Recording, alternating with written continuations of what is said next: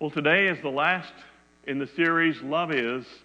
We've talked about God is love. We talked about how we love God and had talked about our love for one another and how the way God loves us is the standard and model for how we are to love one another. And we talked a little bit about the nitty-gritty of loving. But today, we're going to talk about romantic love. Now, you may wonder, why in the world haven't you talked about romantic love earlier than this? Well, because, after all, isn't that the version of love that we get from our popular music and all of Hollywood? That's what love is all about, romantic love.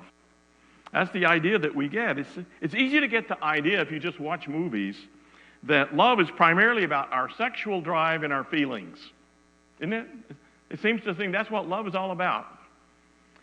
Or you may have think that, well, Mark has avoided this topic about romantic love because it's a taboo subject in the church. Oh my, we just don't talk about that stuff in polite company. Through the centuries, the church has treated it as something to be afraid of, as a path to temptation and sin. And I only read 2 verses out of the Song of Solomon today, not because I'm afraid of longer passages, but I wanted it to be safe for the little ears in the back seat, like it says in Radio 88.3. But I encourage you to go and read that book on your own.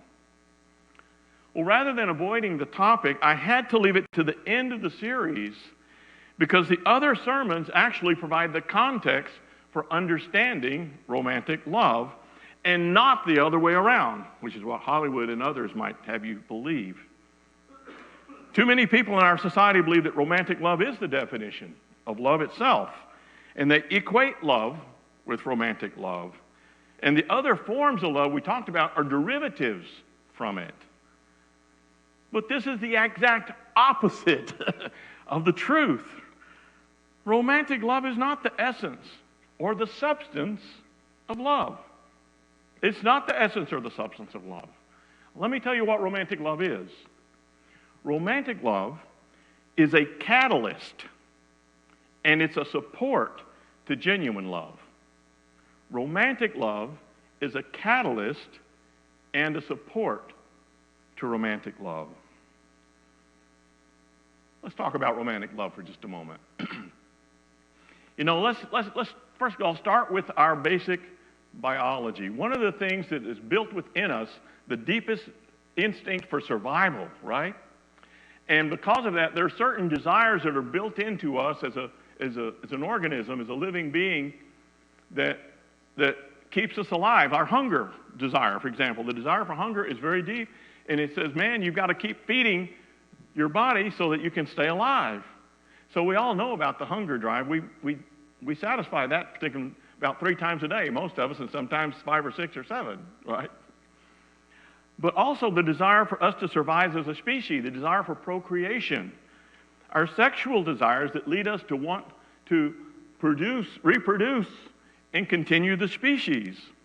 We cannot deny these deep desires. They are built into us and they're necessary for our survival. But this is the biology side of it, right? The problem is, if you identify the drives of our biology with the actual meaning, you're going to be deeply mistaken. When you disconnect your physical intimacy from relationship, if you reduce love to biology, you're going to miss out on the meaning of love. If you reduce love to biology, you're going to miss out on the meaning of love. Because what happens is if you do that, if you reduce its meaning to just basically the desires for us to survive in those parts of that, you're actually dehumanizing us. Because our humanity, what makes us human, goes beyond our biology, doesn't it? Isn't that what it means to be made in the image of God? There's something about our humanity that defines us as human beings made in the image of God that goes way beyond biology. What humanizes our biology is relationship. Isn't that right? What humanizes our biology is relationship. So the full and deep meaning is in the relationship not biology. Love is about relationship, and it goes way beyond biology and survival. I coined a phrase, I say romantic love is more about theology than biology. That's just a sophisticated way of saying romantic love is about the meaning. It's not about the mechanics. It's about the meaning. Of course, romantic love is involved with our procreation and the survival of our species, but we have to put romantic love in the context of God's love. God is love. God made us with a loving purpose, and God created us in the divine image. Romantic love is about the true meaning of our intimate, close relationships. It's not about mechanics and technique and biology. You know, when the very rare times I had an opportunity to give the talk with my children, I didn't talk about biology. I talked about meaning. Why in the world did God make us this way? What is the purpose of this beyond our mere biology and need for procreation? So let's go below the surface of romantic love and explore its meaning within God's design for humanity. I said romantic love is a catalyst. A catalyst in a relationship is someone that does something to get something started.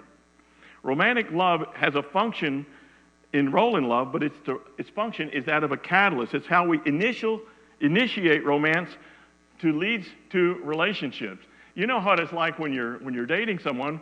The process, first you feel some kind of attraction, interest, or whatever. It might even be a blind date, who knows. But then what do? You start checking the other person out. You're checking one another out. You're saying, how is this person like me? How is this person different from me? And you're wanting to know, how much can I trust this person? How much of me can I share with this person? And do I want to spend time with this person? Do I want to, how open am I? How honest can I be with this person? So the romantic love part sort of gets the ball rolling, but the purpose, the direction, and the drive of it isn't just procreation as human beings, it's relationship. We were exploring a relationship and seeing how far, how deep we want to build this relationship. Now, the attraction part brings us together, and that's fun, and that's enjoyable, and there's nothing wrong with that. But the design and the intent of romantic love is what we've been talking about in all the other sermons. Connection, communion, and commitment. Because those are some of the very essential characteristics of what love is in itself and what characterizes healthy relationship.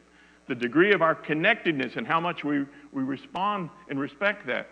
The possibilities for communion and fellowship at different levels, and the commitment to one another. God designed romantic love to get us attracted, etc. Yes, and we do have to reproduce as a species. But the genuine meaning of it is a catalyst to get us on a road to get to a deeper relationship. That's the real primary role of romantic love, as a catalyst.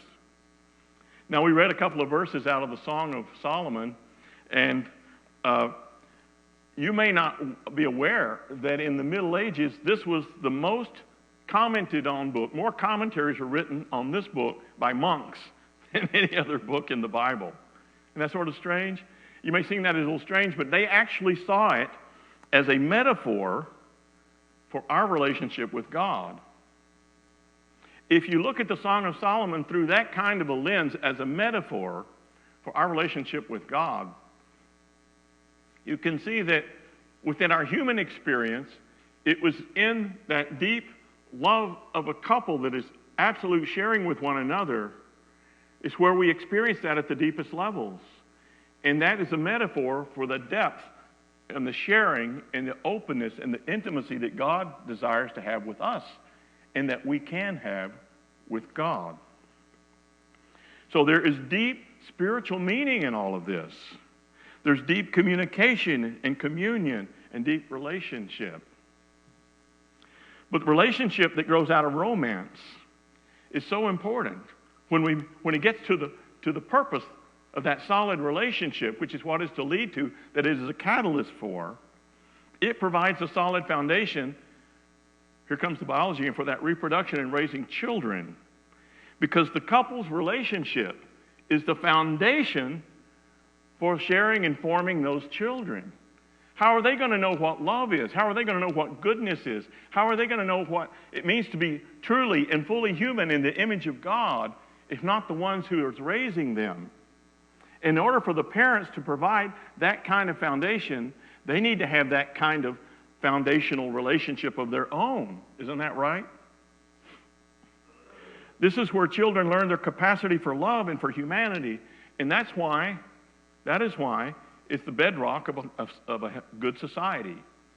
If you have loads of unhealthy relationships and people that don't even know how to love, people who confuse biology with the meaning of our humanity and love in the context of our relationship with God, you erode society itself, the broader relationships. But we learn the healthy relationships at the small, intimate unit within the family, don't we? Because of this vital role of romantic love as a catalyst to lead us towards relationship and to make these deep commitments, to live in this deep connectedness and enjoy the profound communion with one another and with God, and if we understand that that is a part of who we are as human beings and our humanity is a gift from God, we can understand then why our sexuality is one of the main points of attack for the devil and the powers of darkness. If the devil can get us to equate romantic love with love itself and basically reduce love to biology, then he can divert our attention to our desires. But my gosh, aren't we so much more than our desires? And our desires are what help get us in trouble. The sin cycle sort of starts with desire and it goes from there. Just read in James chapter 1. If we reduce love to physical expression and romance, what we're really doing is we are cheapening love and we are dehumanizing us and the other person. Do you realize that? When you treat romantic love as the definition and you reduce us to our desires, you dehumanize us. You cheapen us. So the devil's strategic goal, by attacking this area in our lives and in our world, is to destroy our ability for intimacy at all levels. He wants us to reduce us to biology and nothing more. But we are so much more. We are so much more. And there's so much more available. Genuine love is so much more than that. The devil's desire is to destroy our ability for intimacy at all levels with one another and with God himself. If you can weaken or twist and pervert one's ability to live in a deep, intimate relationship, you dehumanize them and you put up a major barrier between that person and God. So that's why it's a major point of attack. And that's why you must not reduce love to biology and allow yourself to be dehumanized or to dehumanize someone else and just make them as something to be used. Romantic love is a catalyst. It's a catalyst for a relationship. It helps get things started. But the second part it has, once that relationship is established, it is a wonderful support to relationship. Romantic love is a wonderful support to relationship. That gives you sort of the spice and the sparkle and the joy, the gleam in the eye. So it supports things, but it's much more than that. And when you have that beautiful, close relationship, romantic love is such a wonderful part of the enjoyment of communion of our love. I want to close with two brief stories. First story is about my daughter, and it's not about the talk, but her first year of college, she went to Suffolk University in Boston, but they have a campus in Madrid, and she they actually charge lesser tuition in Madrid than they do in their home campus. So she lived at home and went there her first year. And of course, we changed the rules. We treated her like an adult. We didn't say, no, you're no longer just a high school kid, a year older. We treated her as if she had gone away to college and sort of make her own choices and things like that. But one day she came home with a hickey. And she was all proud of it. She came to me and said, Papa, look, I got a hickey.